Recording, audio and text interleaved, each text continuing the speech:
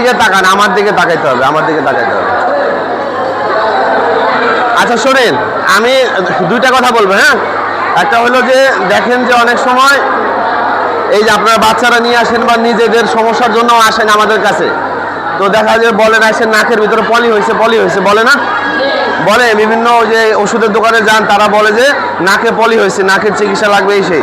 তো আপনারা যেটা নাক এরকম টান দিয়ে এই যে বাচ্চাদের যদি ধরে আমি দেখি এরকম, তো এরকম টান দিয়ে যদি দেখা যায় যে এই যে নাকের এই পাশে দুই পাশে ছোট ছোট মাংসের মতো লাল লাল দেখা যায়, এটা কিন্তু নাকের স্বাভাবিক মাংস। নাকের ভিতরে এই মাঝখানে যে পার্টিশন থাকে এর দুই পাশে তিনটা করে মাংসপিণ্ড থাকে, এটা আল্লাহ তাআলা বানিয়েছে নাকের প্রয়োজনের কারণে, নাকের জরুরি যেটা। তো এখন দেখা যায় যে ওই ঠান্ডা লাগলে বা ই হলে তখন এই মাংসগুলো একটু বড় হয়, তখন দেখে মনে হয় এটা পলিপ, কিন্তু আসলে এটা পলিপ বা আপনাদের এই বাসায় পলিপ না, ঠিক আছে? এটা নিয়ে ভয় পাওয়ার কিছু নাই, ঠান্ডা কমে গেলে আবার এটা মিশে যাবে। এইটা পলিপ বলে এই যে বিভিন্ন এলাকায় রাস্তার মাথা থেকে শুরু করে বিভিন্ন এলাকাতে যে অপচিকিৎসা আছে, যে বিনা অপারেশনে অ্যাসিড দিয়ে নাকের মাংস পোড়ায় দেয়, এইসব কাজ করতে যাবেন না, মনে থাকবে এই কথা।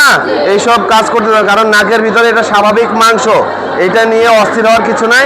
ঠান্ডা কমে গেলে এটা এমনিতে কমে যাবে, যদি বেশি বড় হয়ে যায় তো অবশ্যই নাক কান গলা ডাক্তারের কাছে যাবেন, তাদের লাগলে অপারেশন করবে বা ওষুধ দিবে, সেটার ব্যবস্থা করবে। অপচিকিৎসার কাছে যাবেন না, মনে থাকবে না।